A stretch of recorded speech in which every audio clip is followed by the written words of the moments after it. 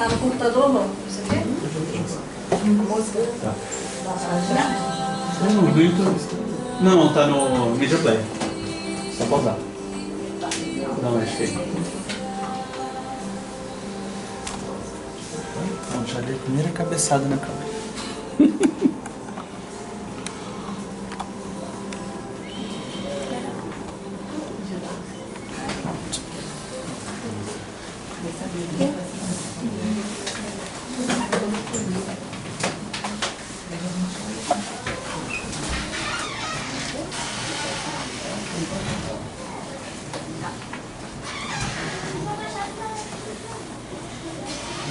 Gente, boa tarde. Eu vou apagar essa daqui e vou acender essa, tá bom?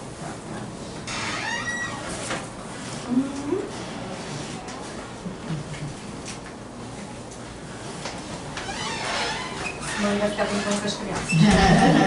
Ela quase não gosta. Muito bom ver essa casa cheia. Muito bom receber o Guaraci aqui hoje, com tanto amor, assim, com tanto ensinamento. Muito obrigado. Vou chamar a Bela para fazer o nosso preparo. Oi, gente. Boa tarde. Tudo bem? Boa tarde. A gente sempre fica muito feliz de ver a casa cheia, que sejam todos muito bem-vindos. Eu vou ler uma mensagem agora que eu gostaria que vocês não só escutassem, como a gente escuta qualquer coisa e absorve, mas que vocês fechassem os olhos e pensassem em experiências pessoais de vocês enquanto isso, prestassem bastante atenção às palavras. E eu falo isso porque eu gostaria que ajudasse todo mundo, como me ajudou ontem, então é isso. Aprendi com Deus que ventos fortes nos fazem atravessar desertos como sementes e voltamos como flores. Aprendi com Deus que palavras voam feito pássaro, mas atitudes silenciosas são como árvores que se fincam no chão, criam raízes e dão frutos. Aprendi com Deus que até o céu tem o seu tempo de azul e cinza, de nuvem e de sol, de luz e escuridão, mas que tudo acontece no seu tempo. Aprendi com Deus que acordamos todas as manhãs, porque Ele é quem nos desperta para novas batalhas, novas vitórias, novas vivências. Aprendi com Deus que nada é por acaso, que para tudo e todos existe uma resposta e que com paciência tudo se encaixa no seu devido lugar.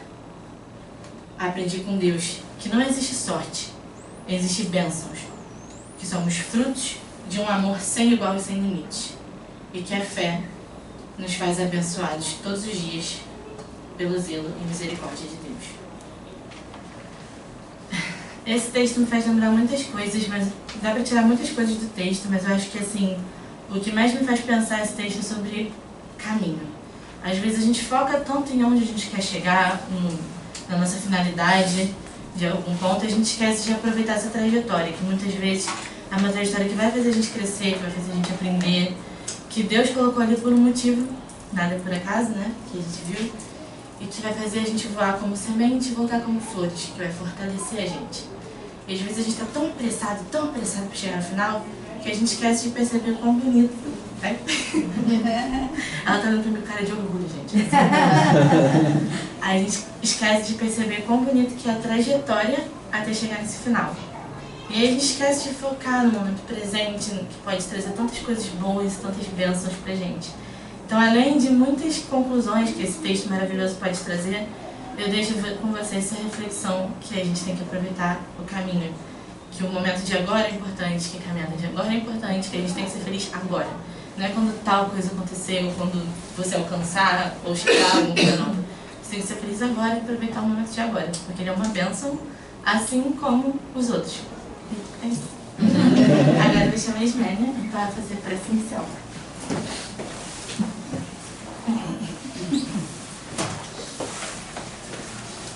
Boa tarde. Ela já deu, né? Bem-vindos a todos. Assim, tudo bom, gente? Boa tarde.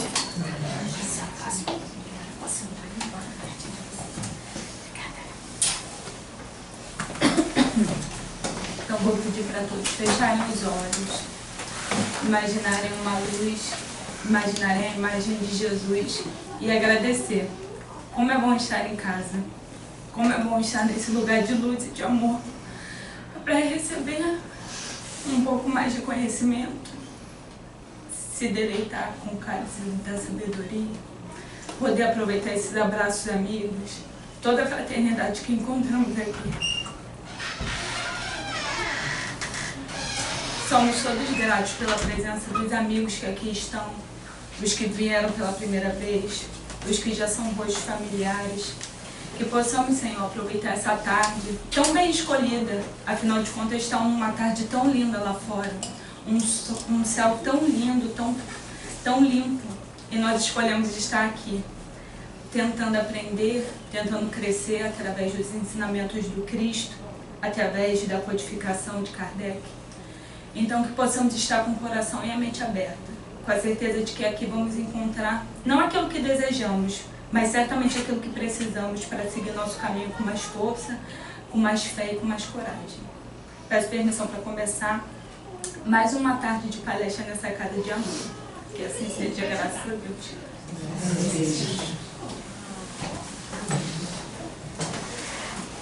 Boa tarde para todos.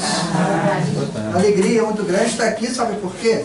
Um dia, do nada, eu entrei lá no Facebook e vi lá, né, o grupo de estudos espírita Saint-Germain. Falei, nossa, que vontade nesse lugar. Eu não conhecia ninguém, né? E de repente a Simone me faz o convite. Eu não sei como é que ela me achou, né? Mas foi interessante, né? Foi um desejo cumprido, realizado.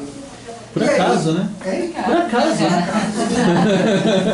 E aí, eu ia trazer um outro estudo, né? Mas a Simone me pediu se eu podia fazer alguma coisa parecida disso aqui, né? E como eu já tinha algum trabalho pronto, então nós vamos aproveitar. Eu fiz também, a gente fez também uns outros adendos. Antes de tudo, eu quero dizer para vocês o seguinte: não existe uma fórmula, não existe uma fórmula de relacionamentos, certo? Nós vamos entender mais à frente. O que vamos colocar aqui são propostas, são proposições, são possibilidades. Mas entendendo que cada pessoa é uma pessoa e cada relacionamento é um relacionamento, certo? Graças a Deus que Ele é rico, né? E cria tudo diferente uma coisa da outra, certo? Bom, então vamos lá. Eu, o outro e os relacionamentos, certo? Nós vamos estudar mais na frente um corpo chamado corpo mental, que é o corpo dos relacionamentos. Então todos os nossos relacionamentos estão diretamente ligados ao nosso quarto corpo. Então eu vou contar para vocês uma história da mitologia. A mitologia conta o seguinte, que o Sol, ele tem um grande tubo. E este tubo, ele gira de leste para oeste, para leste para oeste. E toda vez que ele vai girando, ele vai criando um vento, e esse vento fecunda a criação do Sol. Aí eu vou deixar para vocês analisar para ver quem me explica isso. Certo?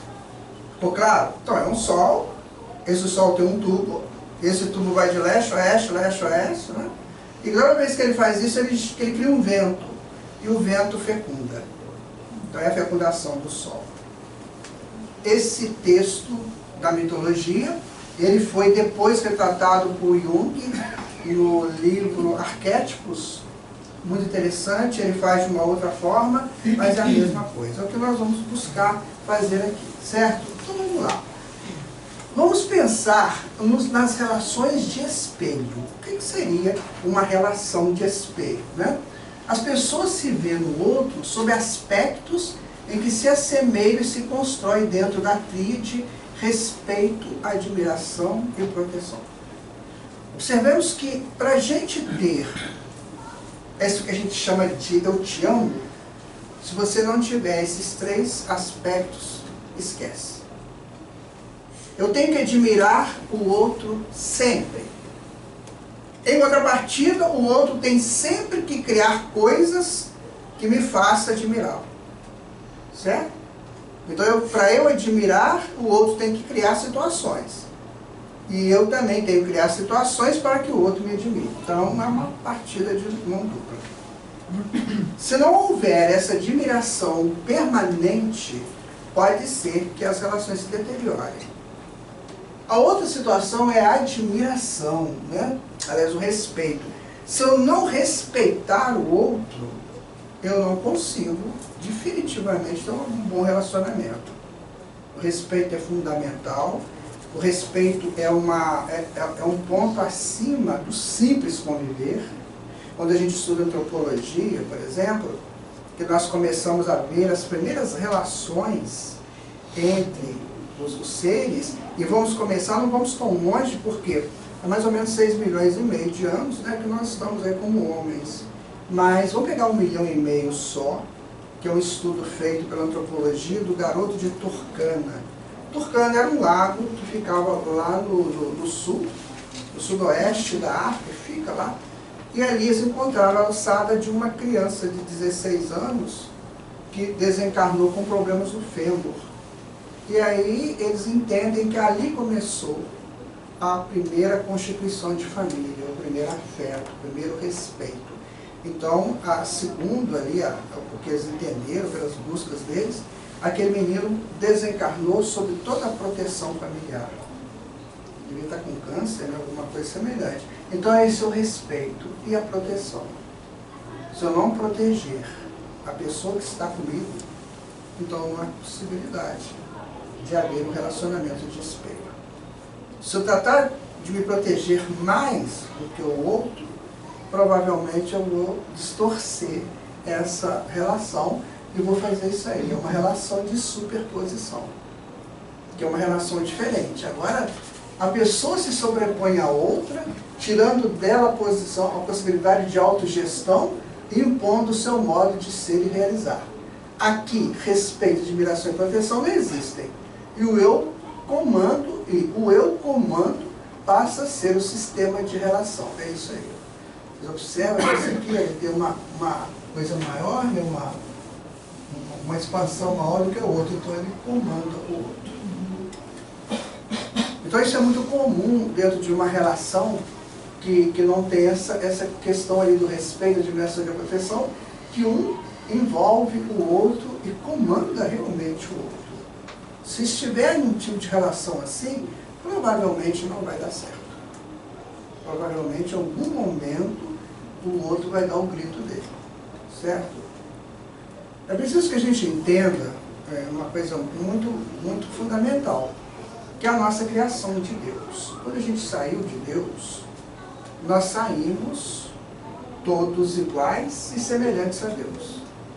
O que nos fez diferentes? Foi o desenvolvimento da espiral.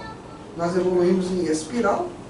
Então, quando a gente começa a fazer a volta da espiral, isso é estudado na geometria sagrada, né? Se vocês conhecem esse estudo, foi feito pelos egípcios. Então, quando você começa a fazer um círculo, a sair para formar a espiral, você passa a ser o diferente. Entendeu? Então, até então, todo mundo é igual. É uma sementinha. A hora que você faz o primeiro movimento, né, para a evolução, aí você começa a ficar diferente. Por quê? Porque Deus tem cada um diferente do outro. O DNA espiritual é diferente. Então eu tenho que entender isso. Então, se eu vou me relacionar com alguém, essa pessoa definitivamente é igual a mim. E muito menos essa pessoa sou eu. Essa pessoa é o outro, né? E eu tenho que ter uma relação muito interessante com essa pessoa. Como eu falei, de respeito, admiração e proteção. Senão, minha gente, não dá. E hoje, a sociedade, ela facilita muito essa fuga, né? Mais na frente nós vamos ver aqui uma situação que talvez possa nos ajudar. Não. Os relacionamentos abusivos, eles podem ser longos. Tem pessoas que abusam do outro o casamento inteiro, a vida inteira. Ele é abusivo, né? Pode ser curto, né? Pode começar e de repente acabar, o relacionamento deteriora e acaba, né? Ele pode ter momentos muito abusivos, a gente vai estudar que tipo de abuso seriam esses, né? Muito abusivos ou momentos de calmaria. Então, geralmente, se estuda os relacionamentos abusivos nesses 4 itens: longo, curto, muito abusivo e momento de calmaria. Certo? Então, por isso é que muitas vezes um relacionamento fica muito tempo com abuso. Muito tempo. Porque tem os momentos de calmaria. Ele não é aquela coisa intensa, sabe? Então ele tem assim, situações em que o que abusa, né, o abusador, ele tira toda a sua raiva de dentro dele, né, e joga em cima do outro e depois ele acalma. Fica santinho. Promete 1000 coisas que não vai voltar a fazer mais aquilo, né? E o outro acaba acreditando. Porque há um jogo. Na questão 895 do Livro dos Espíritos, a gente deveria estudá-la bem, porque é uma questão muito importante. Ela estuda só, mas essa ajuda em todos os setores. Se você estiver estudando, a 895 entra. Quando Kardec pergunta se depois que conhecer os vícios normais da vida, vícios da bebida, do cigarro, vício da droga, vício da maledicência, do ciúme, da traição, esses vícios, se fica tudo pronto, está tudo certinho, eles falam que não. Que aí tem ainda o problema da coisa pessoal, do interesse pessoal. Então o interesse pessoal é que promove essas dificuldades na nossa evolução.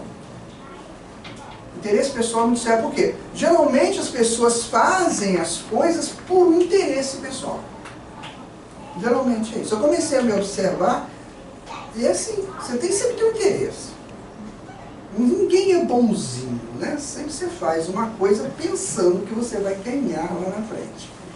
Quando a gente estuda, por exemplo, o 6º corpo áureo, acho que eu vou colocar aqui, o 6º corpo áureo, que é o corpo do amor divino, o amor divino, quando você chega nele, você não tem mais interesse pessoal. Você faz porque você quer fazer. Você sente bem de fazer alguma coisa. Sabe? Muito bem. Todo relacionamento não começa abusivo. E sim muito bom. Com muita atenção, muito agrado e muito afeto.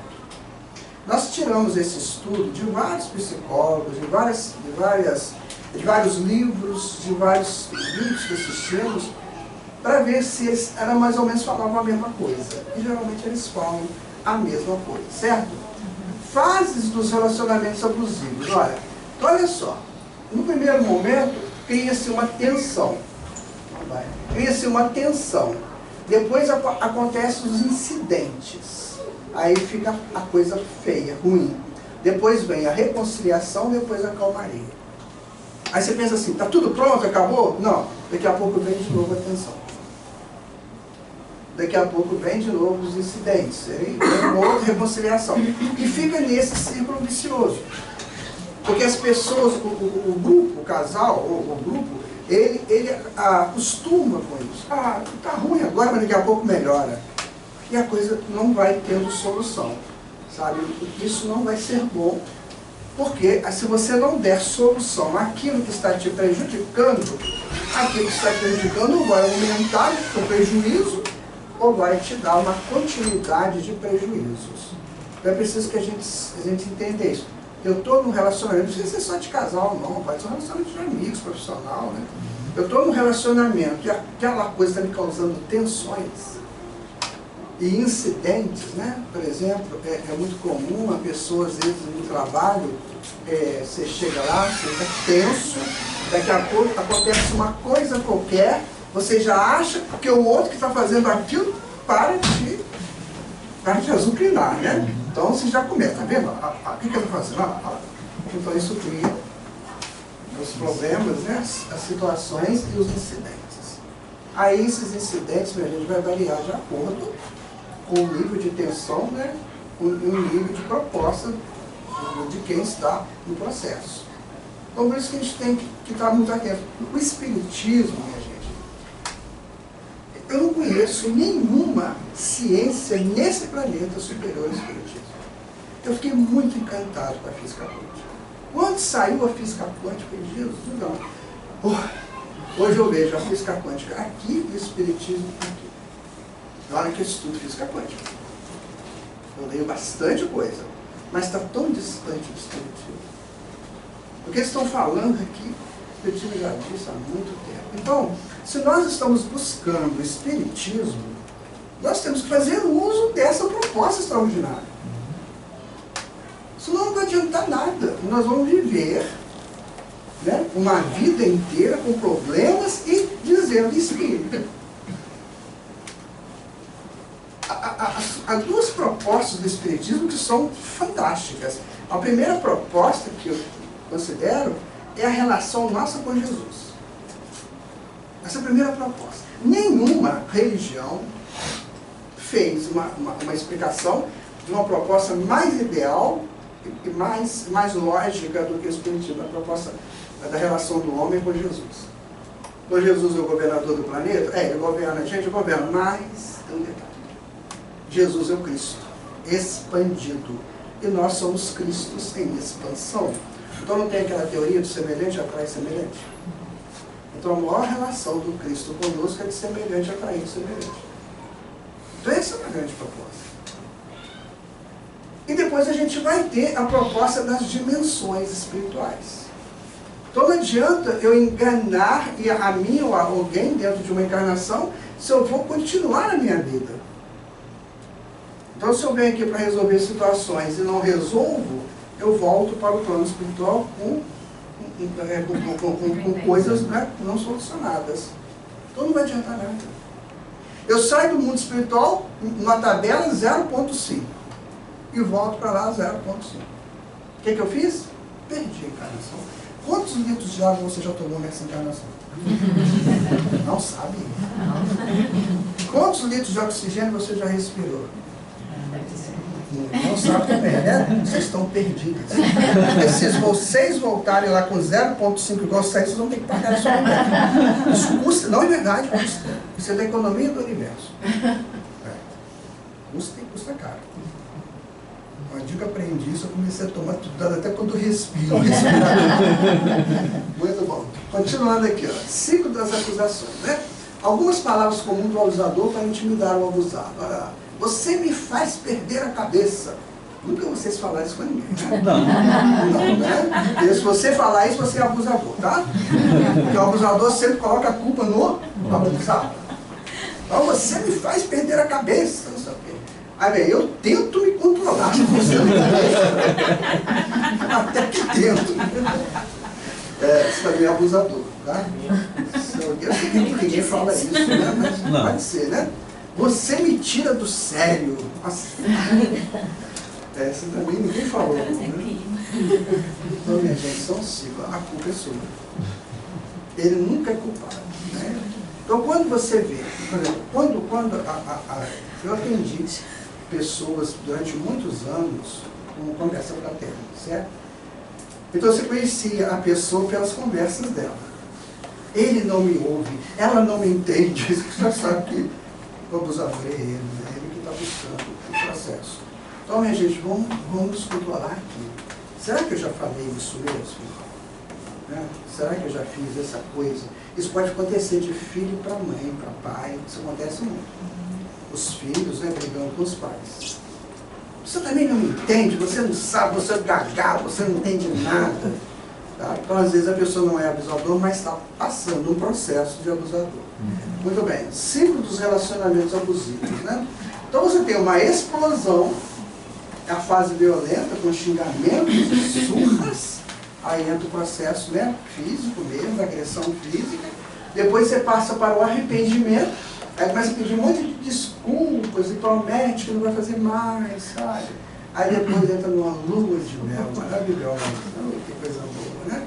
Aí entra na segunda, terceira, quinta, sexta lua de mel, só que não resolveu o problema, né? Aí vai de novo para a explosão. Eu conheço um caso, né, de um pessoal que foi fazer a quinta lua de mel no país da Europa, né? Chegou lá e eles brigaram terrivelmente. Certo? A ponto do rapaz abandonar a mulher no hotel, sumir. Então é preciso que a gente tome cuidado. Mais na frente nós vamos entender o que é psicologicamente o que acontece. Mas a gente tem que pensar, será que eu estou fazendo algo semelhante? Então é agressão, a culpa, pedido de desculpas, atitudes normais, fantasias, reinício e agressão. Então sim, a gente vai entrar e vai funcionar dentro desse ciclo. Certo? Muito bem. As 3 fases de um relacionamento tóxico. Tóxico seria, né? Primeiro é o encanto, é a fase da idealização. Né? Esse momento, no início do seu relacionamento, ele era tudo que você sempre quis. Encontrei, né, o príncipe, a princesa, agora sim, vai ser legal. Depois, era só carinho e adoração, sua atenção, seu tempo, seu interesse, tudo era para a pessoa, tudo. Certo? Depois vem elogios constantes que faziam com que você se sentisse muito especial, parecia genuinamente ouvir o que você tinha a dizer.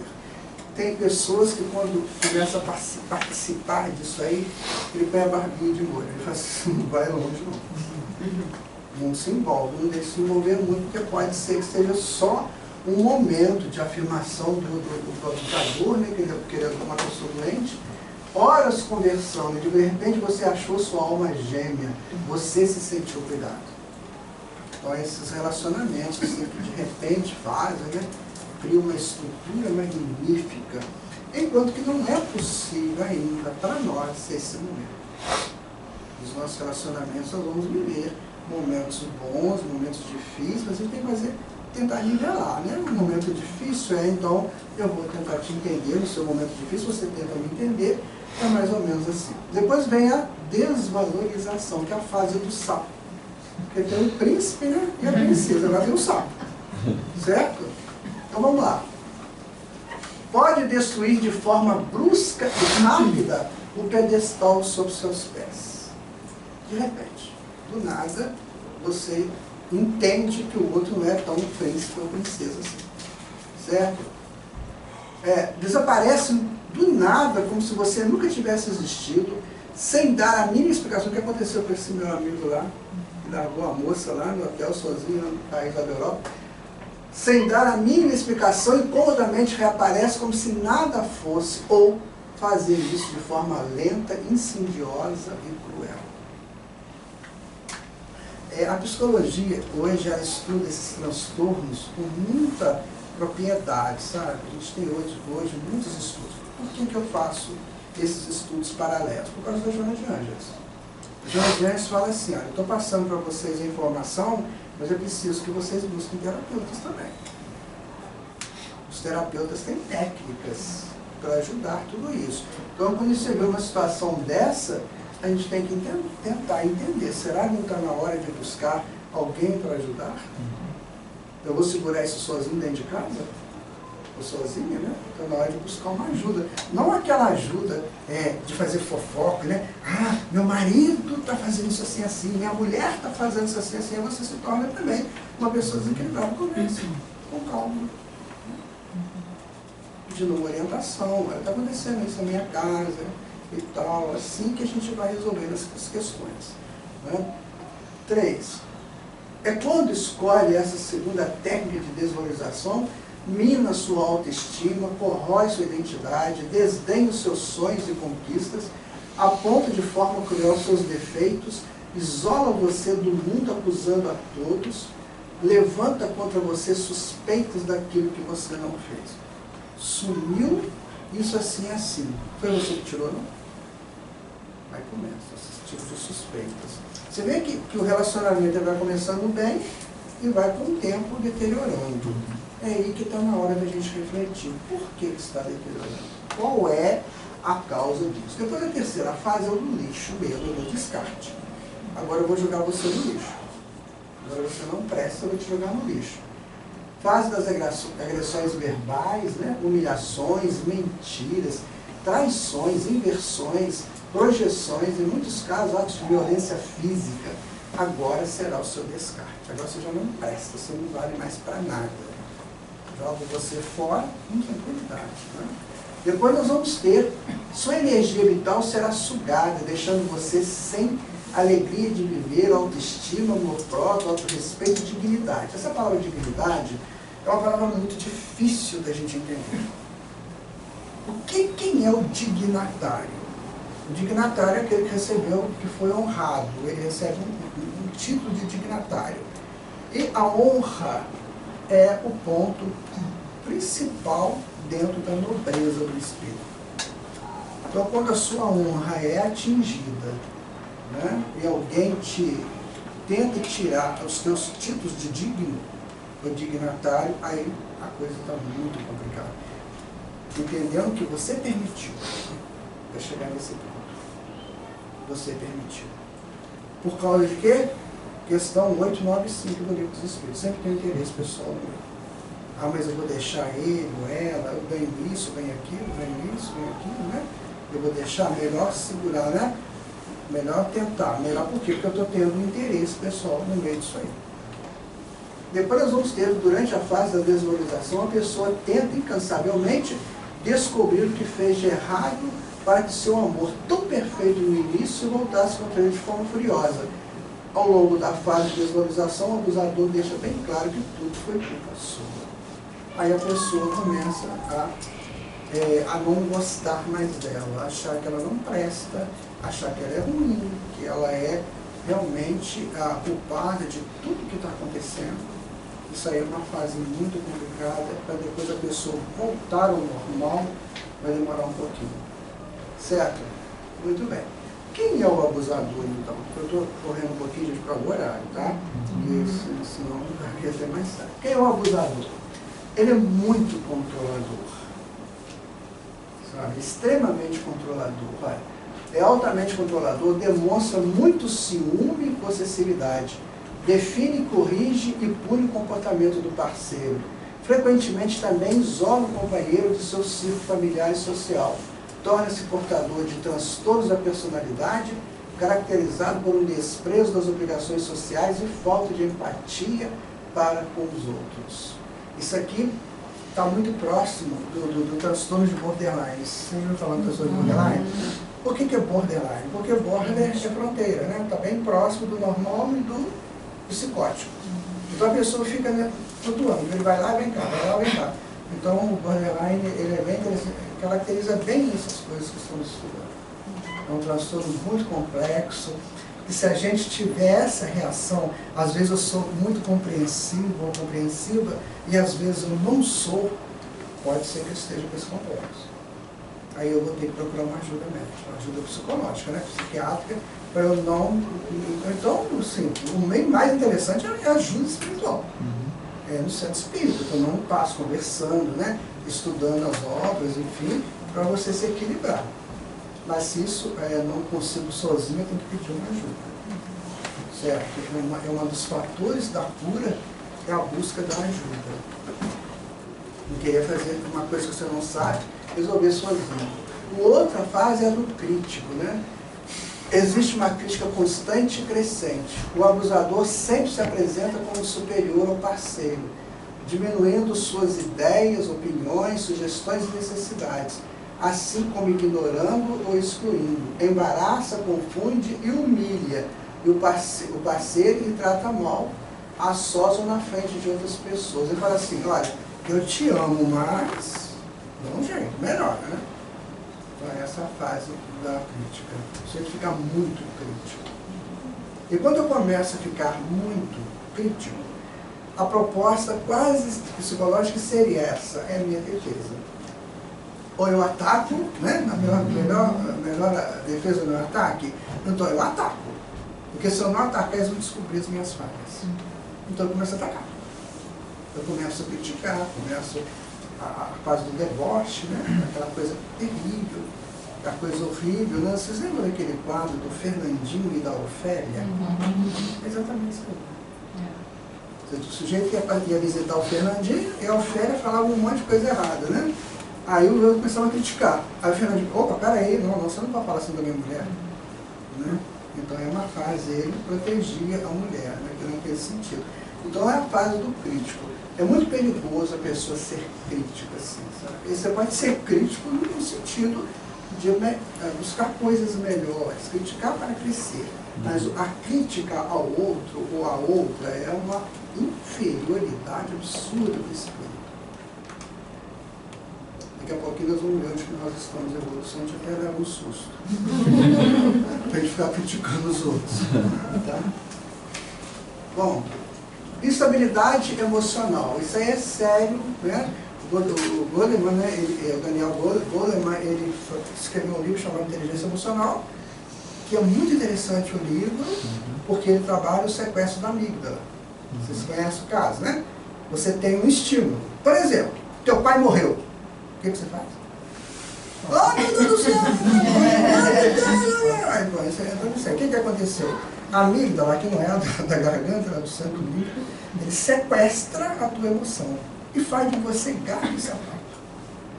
O que o Goleman aconselha? Você teve um estímulo emocional muito forte, antes de qualquer coisa você joga para o córtex pré-frontal para o lado esquerdo.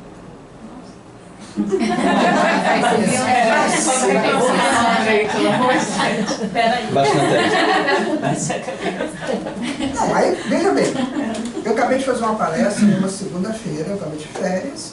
O meu irmão tinha passado na minha casa, tinha comprado um apartamento lá, e meu irmão tinha passado lá na minha casa no noite anterior, assistir, conversado muito comigo, né? E foi embora, ele estava de férias também. Ele morava no Belo Horizonte, foi para a nossa cidade, uma cidade pequenininha, lá de Minas. E aí, eu acabei de fazer a palestra, não existia celular ainda, me deu uma vontade de ir embora para casa, eu ficava sempre conversando com as pessoas lá. E aí eu fui embora para casa. Quando chego em casa, o telefone estava tocando. A Aline, minha filha, né, estava para aula, o outro filho para aula, a mãe deles para aula também, que era professora, então, quer dizer, eu cheguei sozinho dentro de casa. Quando o telefone tocou, eu peguei.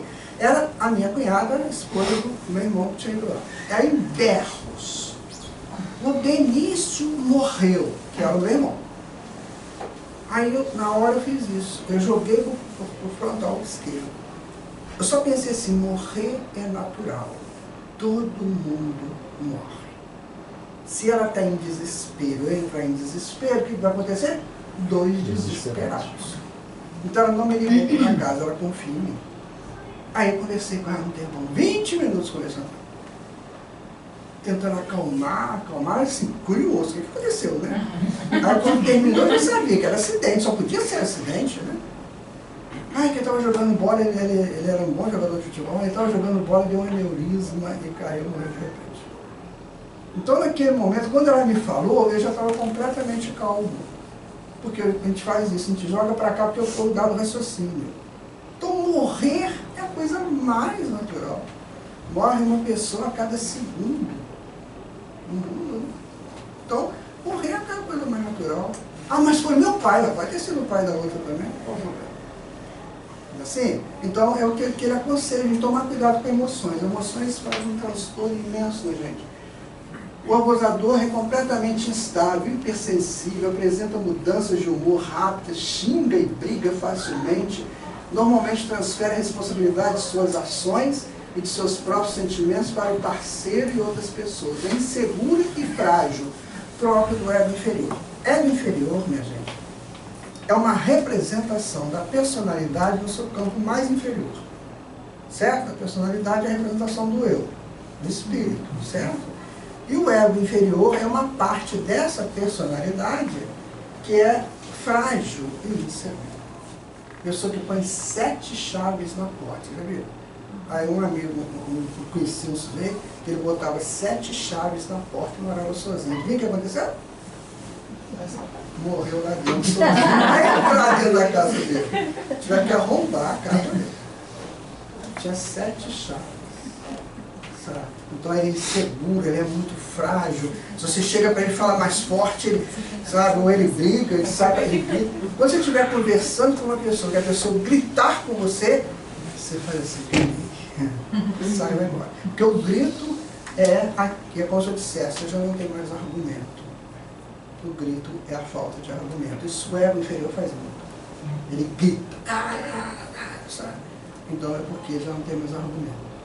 Okay? Ele o relacionamento dele, como é que seria? Ele é um relacionamento abusivo, o parceiro é seduzido pela habilidade do abusador e gradualmente vai cedendo aos seus avanços. Especialmente quando as pessoas são jovens, inexperientes, dão grande importância à paixão, não percebem a toxicidade da relação. Hoje a gente vê muito adolescente, né? E morando com outro adolescente. Imagina o que é isso. A instabilidade que é esse lá, né? Claro que eles se viram, né? O problema é deles, mas é muito instável, certo?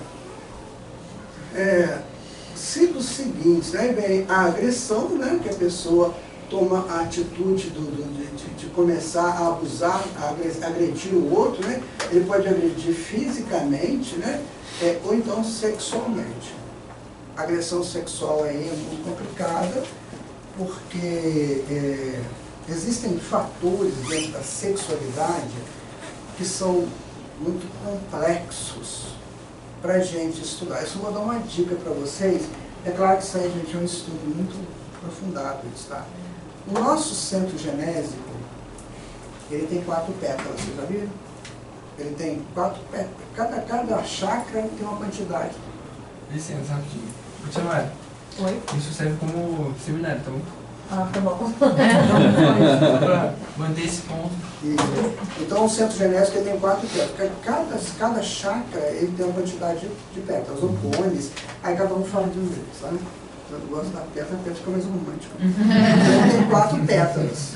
Uma pétala é responsável pela honra do indivíduo, ok? A outra pétala é responsável pela dignidade do indivíduo. A outra pétala é responsável pela reprodução, certo? E a outra pelo prazer. O que está acontecendo atualmente? Se você desmonta as 3 de cá e vive só com essa. Uma pétala só funcionando não vai dar certo.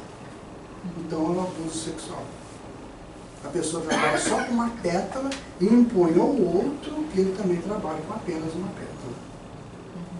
E tem casos aí interessantes, né? A se estudar nesse sentido. Não dá para falar isso, né? O medo de quem foi abusado. Olha, o abusado acaba cultivando medos que eu mantenho no relacionamento. Ruim com essa companhia, pior sem ela, que eu falei para vocês, né? Eu tenho um interesse pessoal. Tá ruim, mas pelo menos ele está botando feijão dentro de casa, né?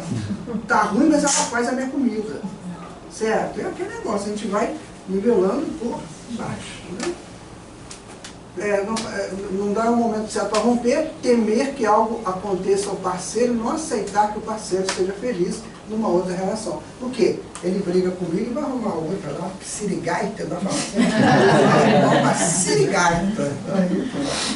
Então ele é horrível, ele abusa, mas deixa ele abusar comigo. Então é o famoso, você não vai conseguir ninguém melhor do que eu. Não vai conseguir ninguém melhor do que eu, de jeito nenhum. Eu sou a pessoa, né?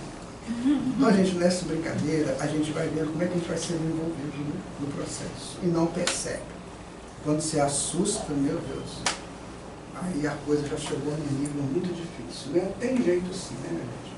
Percebamos que o abusador que queira de verdade, não por mentira, precisará de um longo tratamento com profissionais e dificilmente mudará seu modo de ser tão rapidamente. Calderaro, que é o espírito mentor do André Luiz, no livro No Mundo Maior, né, nos diz: para que se efetue a jornada iluminativa do espírito, é indispensável deslocar a mente, revolver as ideias, renovar concepções e modificar o modo íntimo de ser. Facílimo. É uma coisa que você faz assim 2 tempos por dia. Né? Mas vamos pegar Emmanuel. O que Emmanuel fala? A estrada mais longa começou a ser construída pelo primeiro metro. Não é assim que Emmanuel fala? Então nós temos que começar. Sabe, eu gosto muito da palavra movimento. O movimento é o que marca tudo. Qual é o meu movimento? Quando vocês saíram de casa para vir aqui, vocês fizeram um movimento, não fizeram? Vocês podiam ter feito um movimento contrário. Não é assim? Então o movimento é que marca qual é o movimento que eu estou fazendo. Entendeu? Então, peraí, olha. Analisemos. Isso aqui é o indivíduo. A parte de cima é a consciência. Um pouquinho, né? A parte de baixo é o inconsciente. Então, na parte de baixo nós temos lembranças, emoções, fantasias, memórias, compulsões, recalques, desejo, fuga, agressividade e medo. Está tudo guardado dentro de nós. diz, né, que são divididos em consciente pessoal e consciente coletivo. O consciente pessoal são coisas que nós montamos, que nós participamos. E o coletivo que nós herdamos da história da humanidade, dos feitos da humanidade. Mas está tudo dentro da gente. Por isso que ser exilado tem os seus problemas. Imagina você, eu vou ser exilado para um planeta, lá em Minas Gerais, vou falar da minha terra, tá? Que lá não tem pão de queijo. O meu inconsciente está cheio de pão de queijo. E chega lá, cadê o pão de queijo? Não tem, né? Aqui nós temos uma lua, lá não tem lua. Aí fica assim, mas que a gente está faltando alguma coisa, está faltando. Lembra quando os exilados de Capela falaram que tinham perdido o paraíso? É isso, porque o paraíso deles estava aqui dentro. Eles não compensavam o paraíso de dentro com o que vinham lá fora. Percebe? Então, continuando aqui, olha que legal. Então, aqui, você observa que o inconsciente, ele comanda o consciente. Na verdade, o inconsciente é 10%, o consciente é só 10%, o inconsciente é 90%. Então, nós vivemos muito pelo ontem. É o que nós já fizemos. A gente repete muito clichê, né? Então, lá em cima, seria o consciente. A gente fica pensando, o que é o eixo da consciência? Para que existe a consciência? Para que Deus fez a consciência? Existe um filósofo alemão, no início do século XIX, mais ou menos 1806, ele lançou um livro chamado Fenomenologia do Espírito. É um livro portentoso e difícil. Que é livro traduzido do alemão, só aí embaixo, né? Muito difícil. É chamado Gregor Hegel. Então Hegel fez uma proposta, tá? Ele coloca o seguinte, que o eixo da consciência é a busca da verdade. É o eixo da consciência. E aí, se o eixo da consciência é a busca da verdade, a gente vai lembrar de João 32. Vencereis a verdade vos libertará. Ok? Agora eu pergunto, o que é verdade? Esse é o problema. O que é verdade? Você tem uma verdade, você tem outra.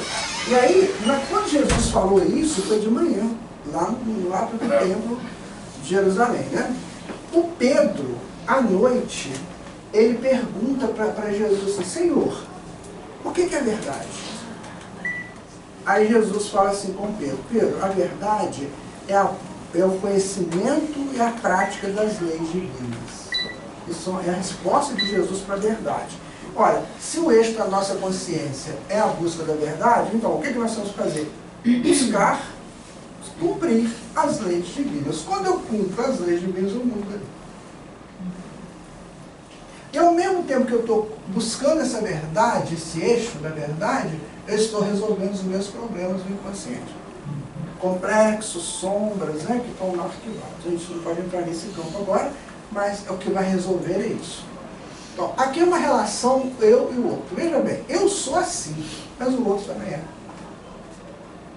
Então, observe que aqui dentro tem as nossas hipocrisias, as nossas máscaras, né? Hipocrisia é máscara. Aqui tem as nossas máscaras, os nossos bichos, as nossas fantasias, estão tudo no nosso inconsciente. Mas o outro também tem. Então tem que entender isso. Se eu tenho essa gama de informações no inconsciente, o outro também tem, qual é a melhor maneira de fazer um relacionamento bom? Para começar a entender isso aqui. Lembra da admiração, respeito, admiração e proteção? Porque o mundo também é assim, certo? Então, olha lá, você imagina o seguinte, eu renasci e vou casar com a Maria. Está no meu projeto reencarnatório, casar com a Maria. E a Maria casa comigo. Aí a gente coloca aqui um complexo, né, de um lado, outro de outro, porque eles precisam estar juntos para resolver esse complexo. Certo? Então, daí, se eu não aproveitar a oportunidade de estar juntos para resolver esse complexo, como é que eu retorno? Com o complexo. Não resolvi o complexo. Então, é preciso que a gente tome cuidado no relacionamento, o que está pegando. Ele ou ela é assim, assim, assim comigo. André Luiz fala que quando uma pessoa nos machuca muito, nos perturba a paz, que normalmente fomos nós que criamos aquela ferida naquela pessoa no passado. Aí já muda tudo. Oi? Oi, tá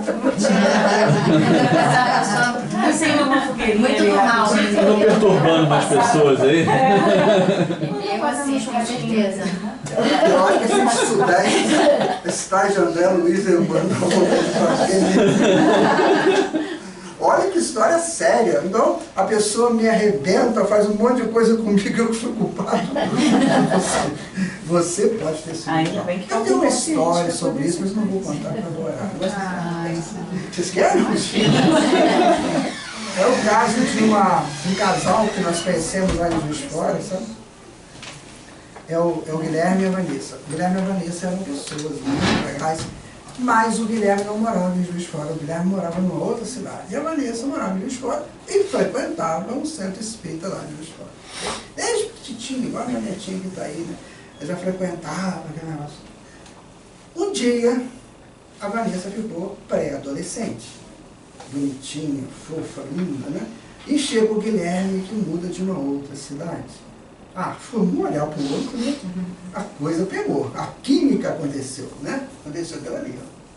E aí, só que eles não podiam assumir nada, eles eram crianças ainda, mas foram alimentando aquela informação, alimentando, até que chegou uma hora que não teve jeito. Aí eles conversaram com os pais, não, o negócio a gente está gostando um do outro e tal, e dentro de um relacionamento tranquilo, de paz, sem muitos avanços, né? Porque eles eram muito meninos e todos criados numa escola de evangelização.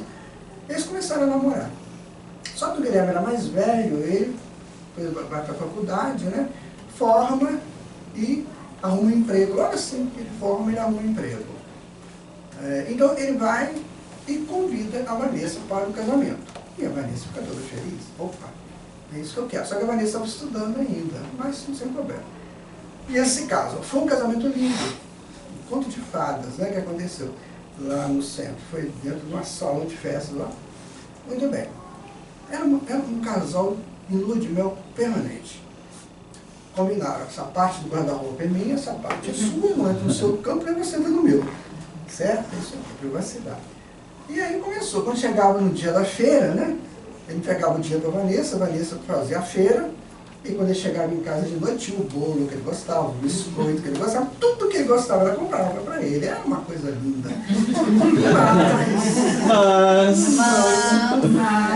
Até que um dia que ele chegou em casa, não tinha o biscoito que ele gostava. Ele ficou assim, engraçado. Ah, Vanessa.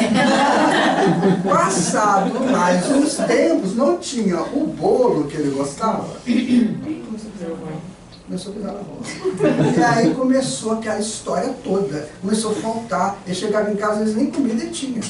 Aí, gente. Ele falou, o que está acontecendo? O que essa mulher está fazendo com o seu dinheiro? Né? Eu dou o dinheiro para tudo, né? E aí, um dia, quando ele chega em casa, ele vem mais cedo. Não aconteceu, não viu nada não. Mas ele chegou mais cedo. Tinha tudo de novo. Nada. Aí chegou em casa e falou assim, eu tenho que descobrir o que está acontecendo. Eu amo essa mulher, por que ela está fazendo isso? Né? Aí ele invadiu a privacidade da Vanessa. Ele abre o guarda-roupa da Vanessa. Quando ele abre o guarda-roupa da Vanessa, o que ele vê lá? Dinheiro. Um monte de coisinhas novas. Bolo. Biscoito. Vocês não acertam, vocês mulheres não acertam. O dinheiro guardado para viagem, joia. Maquiagem. Cheio de maquiagem. Pelo menos era bolo. Avon chama, na vai ter um monte de coisa, né? E aí ele fala assim, gente, que loucura, essa mulher é linda, pra que ela precisa disso? Ah, não, aquele negócio todo. Aí foi, quando a Vanessa chega, aí o bicho pega, né?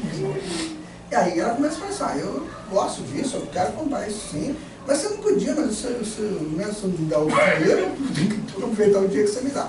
E os dois começam a entrar num atrito e vão separar. Porque hoje a coisa é simples, né? Vão separar.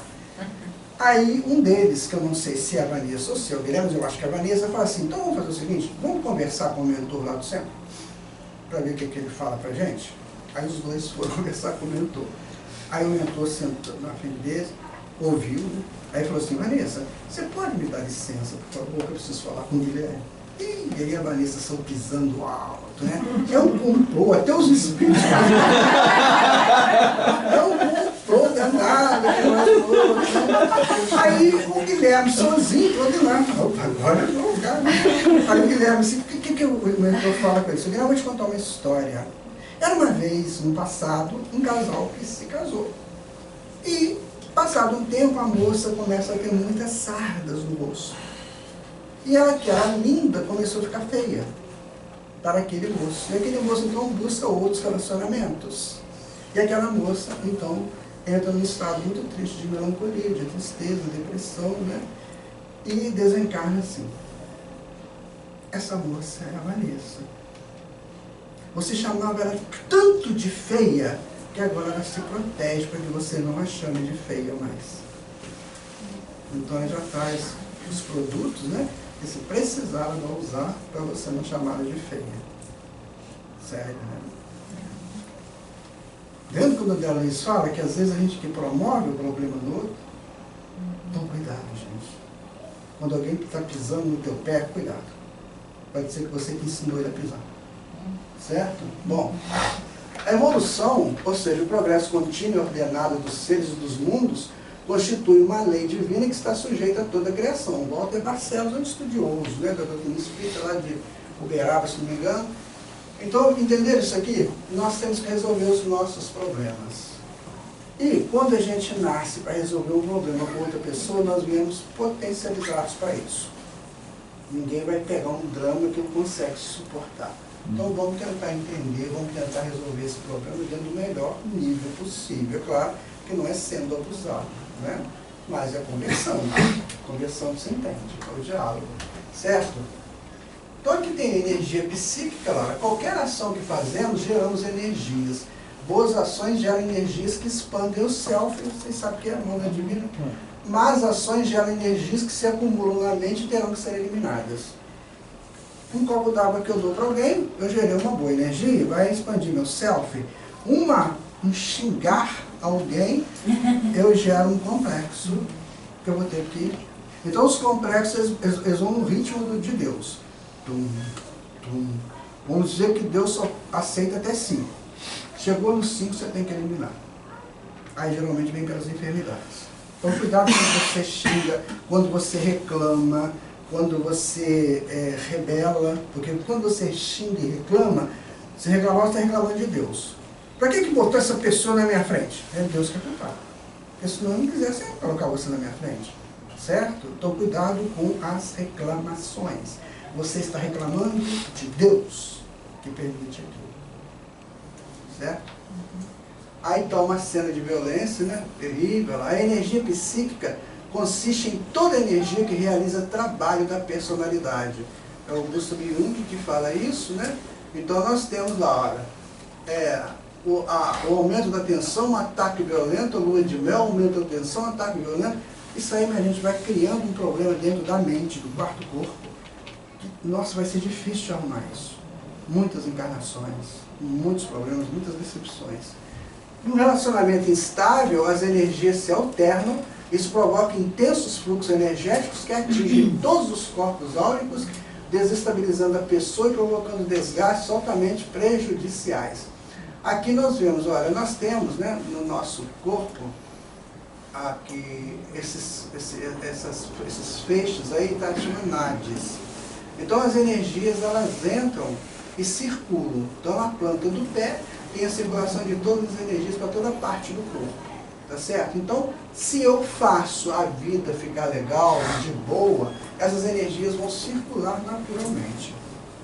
Então, eu terei sempre forças para vencer as minhas dificuldades. Agora, se eu começo a agredir com palavras, com atos, com pensamentos, eu vou criando coágulos aí no meio desse campo, no meio desses nades, e não vai conseguir. Tudo tem, né? Na cabeça, nos pés, nas mãos, na perna. Energia é a capacidade que possui um corpo ou um sistema de produzir trabalho. Tem como fonte primeira Deus Criador e por extensão a emanação de cada criatura. Então aqui os nades, né, que são aqueles círculos de energia, tá vendo como é que isso aqui? Esse já é um estudo bem mais profundo, né? Como é que a energia circula. Agora, então os nades, né, que a palavra nade vem da raiz nadi, do sânscrito, que significa canaleta, córrego, o fluxo do nada, é o canal pelo qual circula o prânico do corpo.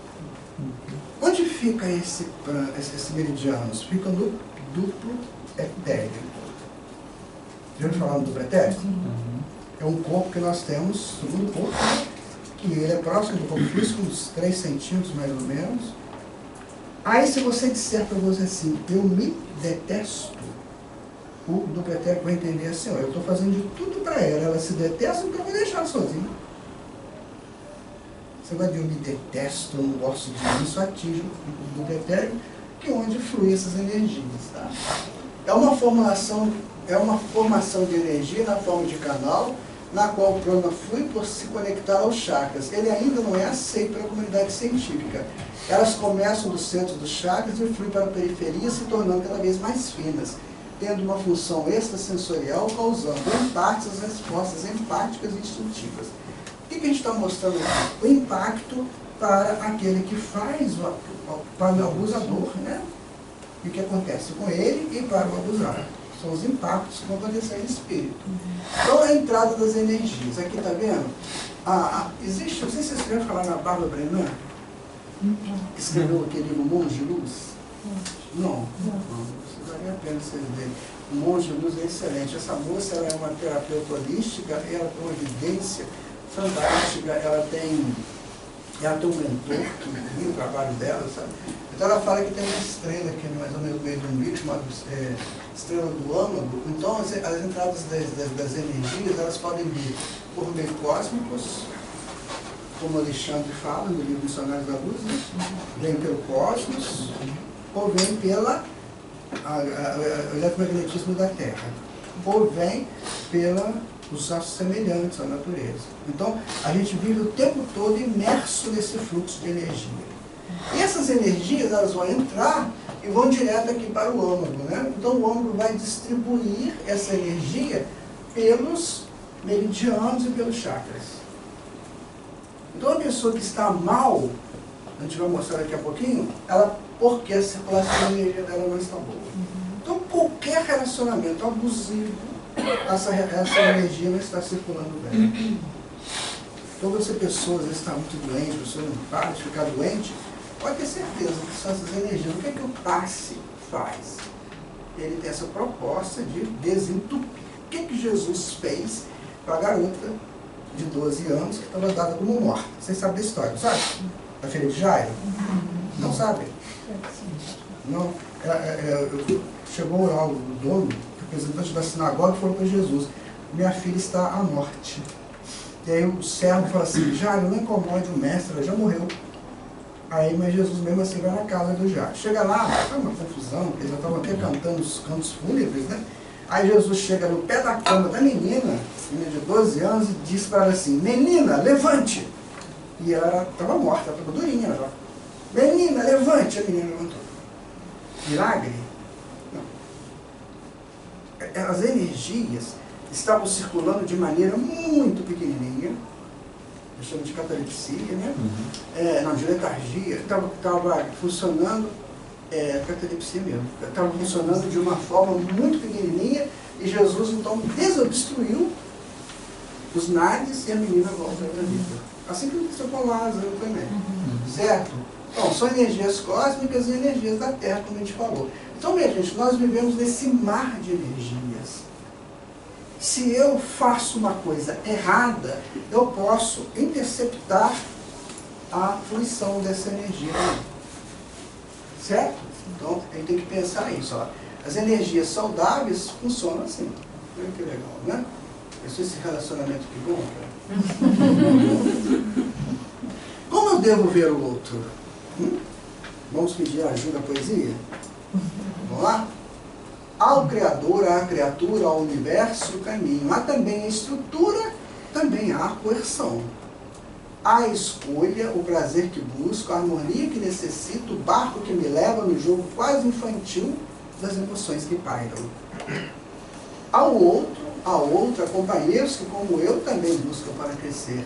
Este é o ponto ideal das minhas relações com Deus. Ele não fala relação com o outro, ele fala relação com Deus. Olha que lindo. Entendeu? Então, se eu quero estar bem com Deus, eu tenho que estar bem com toda a criação, não tem? E o outro ou a outra é criação também. Percebe? Como é que isso é bonito, né? Olha lá, roda de luz é o significado da palavra chakra, que vem do sânscrito e constitui parte dos estudos e práticas orientais para o equilíbrio do corpo e mente dos seres humanos. Os chakras, então, são centros energéticos que representam aspectos diferentes da nossa natureza corporal, mental e emocional. Então nós temos 7 chakras básicos. Tá vendo? O coronário lá em cima, que faz as conexões com os planos superiores. Depois nós temos o laríngeo, responsável pela fala. Estou fazendo bem rapidinho. Depois o cardíaco. Depois nós temos o esplênico, que fica perto do fígado. Depois nós temos o gástrico e no fim nós temos o genésio. Esses são 7 chakras básicos. Dou um prêmio, pode escolher qualquer livro meu que tiver ali fora, de presente. Quem me responder até quantos chakras nós podemos desenvolver na nossa evolução? Ninguém ganhou. Pois é, quando eu fiquei sabendo disso, eu me dei um susto muito grande, mas eu entendi muitas coisas que eu já vi mediunicamente. Nós podemos desenvolver até 85.000 chakras. Entender agora por que Jesus constrói o Sol? Né? Por que tem espíritos que constroem uma galáxia? Por que tem espíritos que constroem um universo? 2 universos? 3 universos? É isso, gente. Então se prepare, porque o caminho é muito longo. É muito longo. A gente só conhece 7, mas faltam só quantos? Um pouquinho. Mas isso me dá uma alegria, sabe por quê? Para saber que a gente tem futuro, né? Muito bem. Aí então eles aqui, ó. Aqui nesse ponto nós colocamos os correspondentes, né? Eu tenho um chakra frontal, que tem o seu correspondente que fica atrás. Então sempre tem um correspondente do outro, porque a circulação meridiana, ele passa aqui no meio e circula as energias por toda a parte do corpo. Então isso aqui é bem simplesinho e bem rudimentar, só para ter uma ideia. Então quando você xinga a sogra, ninguém faz isso, eu sei, mas você xingou a sogra, o que você fez? Você interrompeu a energia do cardíaco, que é do amor, né? Certo? Olha lá, cada um desses vórtices toca energia com um campo de energia universal, fluido cósmico universal. Desse modo, quando dizemos sentir-nos abertos, estamos dizendo literalmente a verdade. Por todos os chakras entra e sai a energia da aura. Somos como esponjas no mar de energia que nos cerca. Sabe os neutrinos? Os que vêm do Sol? A gente vive no meio deles, né? A gente anda no meio desses neutrinos. Essa vitamina D toda que vem pra gente.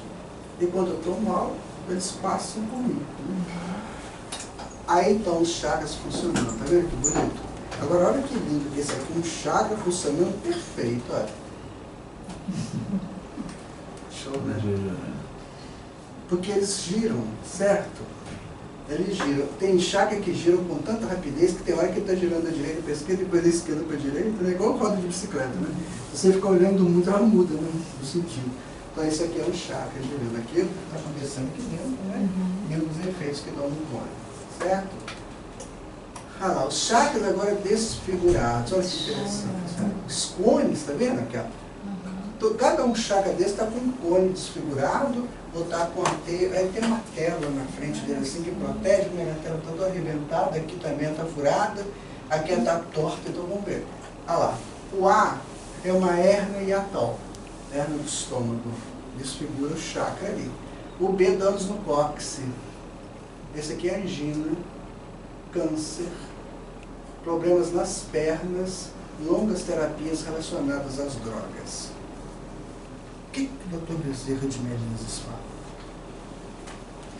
Toda a enfermidade, guardada a sua nomenclatura, é gerada por deficiências do espírito. Você vai discutir com o Bezerra de Menezes? Não.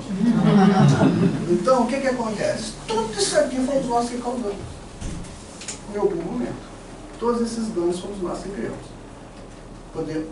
podia ser abusando de alguma situação, abusando de alguém, certo? Olha, qualquer transtorno vivido pela pessoa, seja no campo das enfermidades físicas, como emocionais e mentais, pode afetar o perfeito funcionamento dos chakras. Quando estão desfigurados, as energias não fluem corretamente. Relacionamentos abusivos perturbam enormemente esses rebordes, gerando mais transtornos. É melhor entrar no campo de paz, né? Então aí estão os chakras de uma pessoa doente, tá vendo? A raiva, né? Tem que passar para a aceitação, a depressão para a criatividade, o negativismo para o positivismo, o ódio no amor, a baixa, né? Sem baixa, né? A baixa autoestima, sem julgamento, isolamento, integração, medo, ação. São as propostas para a gente não deixar os chakras ficarem desfigurados, certo? As mesmas energias geradas para atos de violência ou abuso que destroem e complicam as pessoas perante as mesmas energias geradas para atos de violência ou abuso que destroem e complicam a pessoa perante as leis de Deus podem ser utilizadas para a expansão consciente do indivíduo em sua proposta reencarnatória, atingindo outras fases e dimensões de evolução. Está vendo? A gente tem que pensar o seguinte: tudo depende de mim. Depende de ninguém, só depende de mim. Isso é que é importante dentro da evolução, né? Então, estudando os 4 primeiros corpos órgãos, então nós temos o corpo físico, o duplo etérico, o perispírito e o corpo mental. Cada um desses aqui é um seminário, né, gente? Cada um desses. Mas nós temos que entender que são 7 corpos. Então, a pessoa, quando suicida, vou dar um exemplo do suicida. Quando ele suicida, ele mata o corpo físico, mas não mata o duplo etérico. O duplo etérico só morre no dia que a pessoa morre naturalmente. Por quê? Porque no duplo etérico são as energias vitais. Então, se você nasceu para ficar 70 anos aqui, suicida com 25, aqueles 45 anos está de energia vital, está no duplo etérico. O duplo etérico, então, fica transmitindo para o espírito tudo que está acontecendo com o corpo físico. Decomposição, né? A temperatura é a agressão dos micro-organismos, né? O espírito conta que ele via que o micro-organismo estava destruindo o cérebro dele, que é uma dor, o neurologista fala que é uma dor inenarrável. Então, gente, suicídio é isso. Uma dúvida, se isso acontece via um acidente, não, acidente, isso não a não ser que a pessoa fez o suicídio indireto. Você pode entrar num carro aí embriagado, né, e bater, mas isso é suicídio. Bem, mas se for agora, um acidente normal, de uma amiga minha, ela estava no carro, atrás, de repente ela falou com o motorista assim: olha, eu vou morrer agora, e você, por favor, toma conta da minha mãe. E nisso, meu carro bateu, só ela morreu. Que bom que ela conseguiu acalmar as pessoas.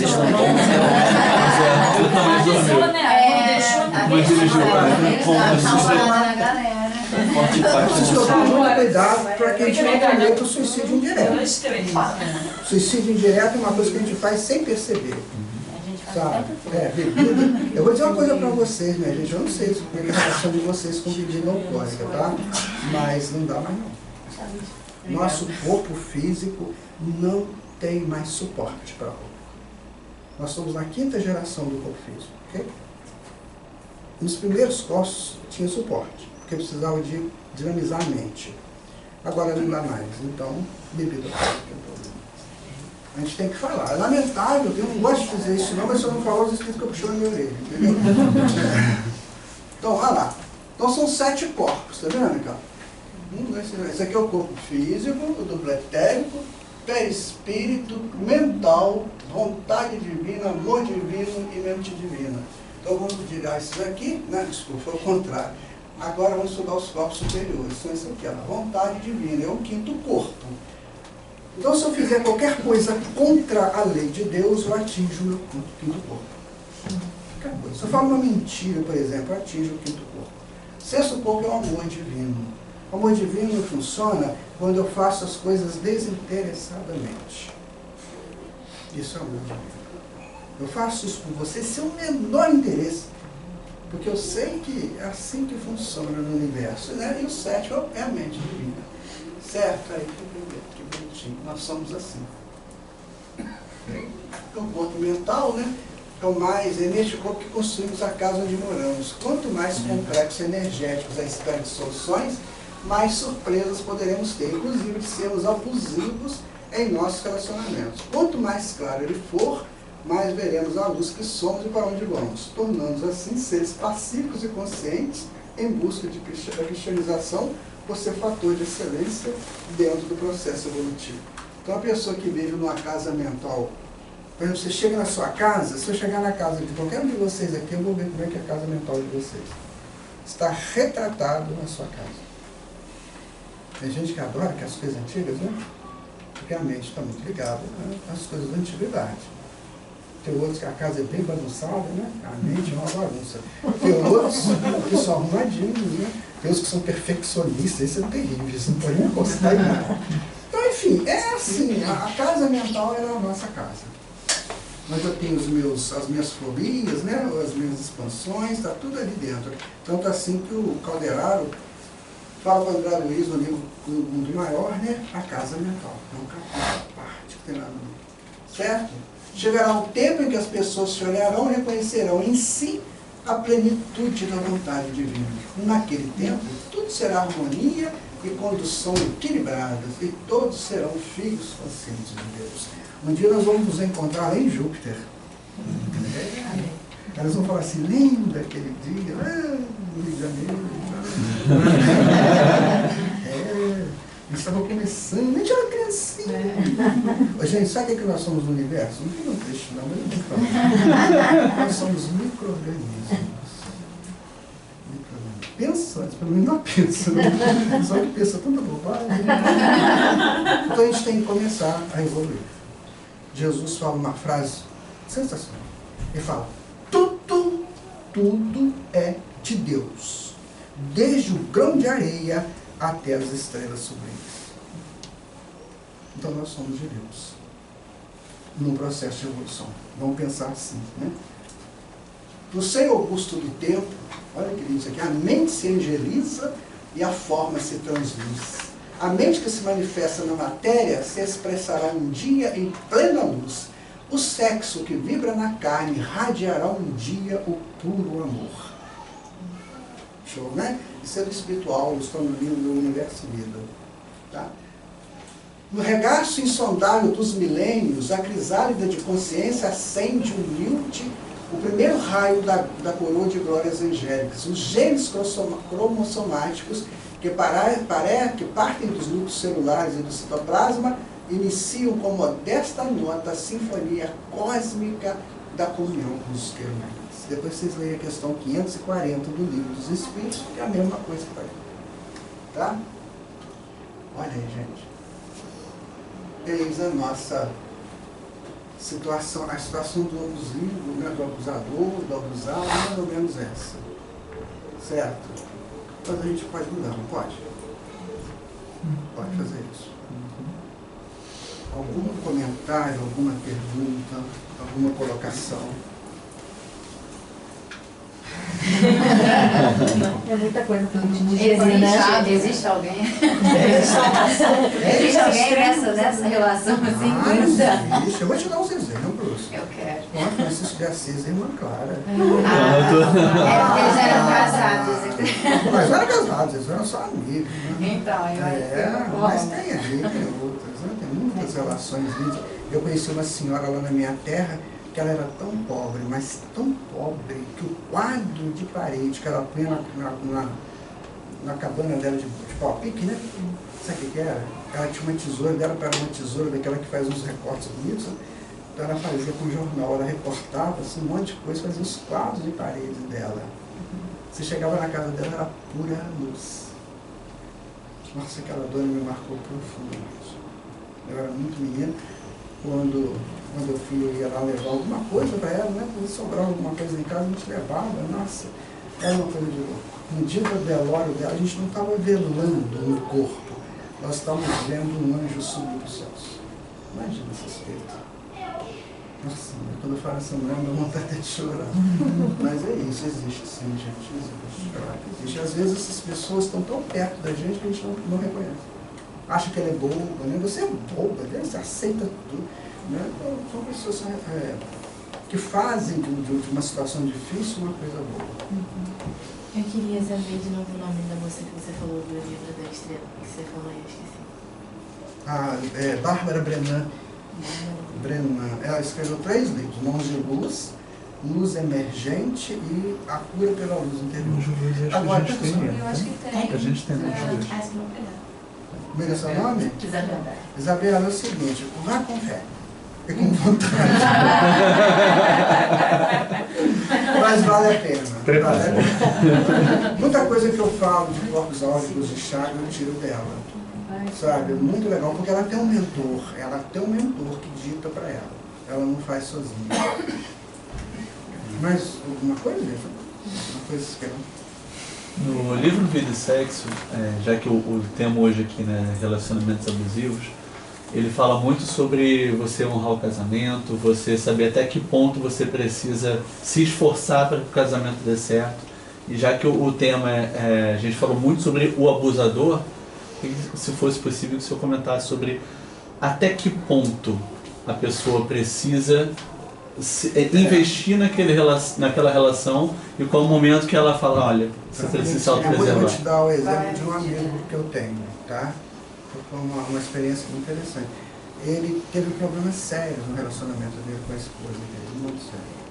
E quando ele percebeu que estava muito difícil, ele recorreu à oração. Meditação, a prece, né? Ele recorre à oração. Então o mentor disse para ele assim, claramente, não seja você o primeiro a sair da relação. A hora que acabar, acabou. E ele foi segurando com calma, com equilíbrio. Nunca ele condenou ato nenhum da pessoa, nada. Ele foi com tranquilidade, mas orando.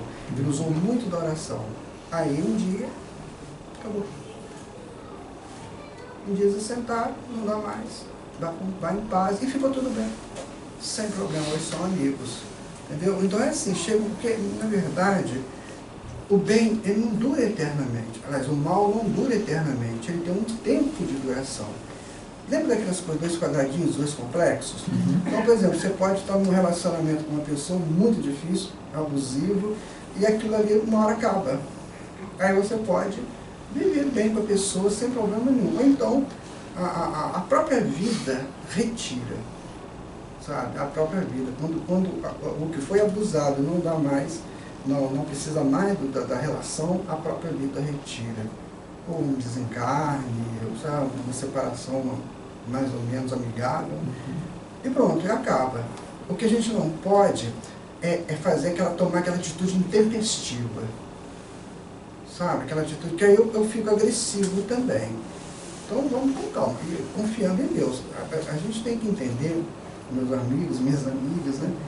Deus. Se a gente não buscar Deus, fica muito difícil. Não adianta falar Deus. A gente tem que entender que Ele é Pai. E que nada acontece por acaso. Agora, se eu fomentar essa relação, a culpa é minha. Agora, se eu faço a minha parte de boa e estou em prece constante, no livro, não vou lembrar se Os Mensageiros, ou acho que Os Mensageiros, sim, do André Luiz, tem um caso assim, sabe? A moça é uma santa, a mulher é uma santa, e o marido é um da pá virada, sexólatra quase, né? Só que ele frequentava o reunião mediúnica, e ela não ia ao reunião mediúnica. E aí ele saía de casa com toda aquela volume para chegar em casa, né? E aí chegava lá, o André Luiz conta que o quarto deles era uma proteção, uma coisa fantástica, né? Vocês já leram isso? Que é uma proteção muito grande, né? Por mais que ele fosse desequilibrado, mas ela estava protegida. Então a vida funciona assim. Sabe por que funciona? Por causa da nossa aura. Lembra dos corpos? A nossa aura nos protege, a nossa casa mental nos protege. Então por isso que a gente tem que ter essa consciência de que Deus se faz presente. Agora, se eu ficar conivente, aí é diferente, aí eu estou aceitando. Então por isso que a gente tem que tomar uma atitude equilibrada. Eu estou percebendo que a coisa está ficando difícil, então vamos orar. As religiões falam para a gente meditar, né? Refletir, vamos pedir proteção a Deus, pedir proteção aos mentores, amigos, que eles vão nos proteger. A gente só pode falar isso aqui, no Centro Espírita. ou nos estudos espíritas. Lá fora a gente não pode, mas aqui a gente pode. Então não esqueçamos das orações. Elas elevam os padrões vibratórios, e quando você eleva o padrão vibratório, você vê lá na frente, você enxerga soluções. A gente não pode ter cada uma solução, porque cada caso é um caso, né? Mas há momentos em que a pessoa percebe qual é o caminho que ele tem que tomar e vai tomar aquele caminho. Eles, estando com Deus, em espírito, em consciência, em verdade, ele não tem que preocupar com nada, que Deus vai ajudá-lo. Certo? É assim. Agora, quando vai ser, não sei. Isso vai depender dos dois. Vai depender do complexo que está criado entre eles, ou que eles criaram nessa encarnação. Vai depender muito. Então, por isso que cada caso é um caso. Eu, quando eu fazia atendimento, eu lembro que uma vez uma mulher chegou lá, desesperado, meu time ia jogar, eu estava querendo ver o jogo. É uma tristeza, jogar aqui no Maracanã. É uma tristeza, eu queria ver o jogo. Eu não vou falar que é o Fluminense, não, para ninguém ficar achando que eu sou tricolor. Mas ele ia jogar contra o Internacional. E eu queria ver o jogo. Aí alguém me ligou, assim dá para você atender uma pessoa.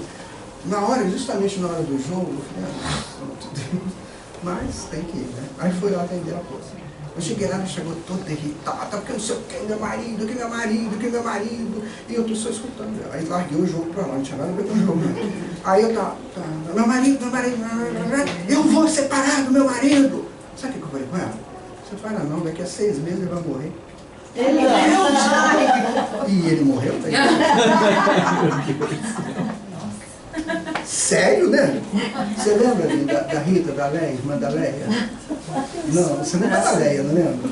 Da Leia, do Gervásio, daquele... Ah, tá. Então, a irmã da Leia. Mas ela separou ou não separou? Não, Quem vai morrer? Eu falei para ele assim, não separe, porque ele vai morrer, você vai ficar com drama de consciência, deixa ele morrer. E ele morreu. Eu estava vendo, tinha uma apresentação de teatro, quando nós paramos para lanchar, o telefone tocou, né? Aí a pessoa deu notícia, ele chama Zé Geraldo faleceu. Eu sei que o Marcelo, que é o menino que trabalhava com a gente, falou assim, a sua língua maldita. Boca maldita. Mas né? Ele morreu. Porque foi a inspiração que eu tive na hora. Outro dia eu encontrei, eu estava fazendo uma palestra, eu fui fazer uma palestra no centro, quando eu sentei lá na hora da tribuna, estou vendo aquela mulher bonita, chique, elegante, eu falei, meu Deus, essa mulher, ela está comigo assim, pois é, agora assim, eu não sabia quem era, bendita mulher, adivinha quem era? A viúva. A viúva. Está vendo como é que funciona a coisa? A espiritualidade, às vezes, ela mostra coisas para nós que você tem que ter coragem. Oi. Não, você estava falando de relacionamentos abusivos, que é a figura de um abusador e da pessoa que é abusada. Mas esses papéis podem se inverter na mesma relação, não? Pode se inverter em um momento. Eu estou te falando que vira um inferno, né? Olha, você é o abusado, na outra você é o abusador. A mesma relação. Né? Aí fica complicado. Muito complicado. Porque aí você tá entendendo que você está sendo abusado. Que você é um abusador também. Isso até é mais frequente do que a gente imagina. Doida? É o feitiço contra o feiticeiro. Não é? Mas, gente, nada acontece por acaso. Ninguém é santo. Por mais carinhas lindas que tem aqui, ninguém é santo. Não põe o dedinho não que morde. Eu tenho que entender que ninguém é santo. E isso acaba originando processo obsessivo, né? Tanto de encarnado com encarnado, quanto depois. Tem obsessivo começa assim. Ô, gente, quem é o obsessor? O obsessor é aquele que eu aceito para ser meu obsessor.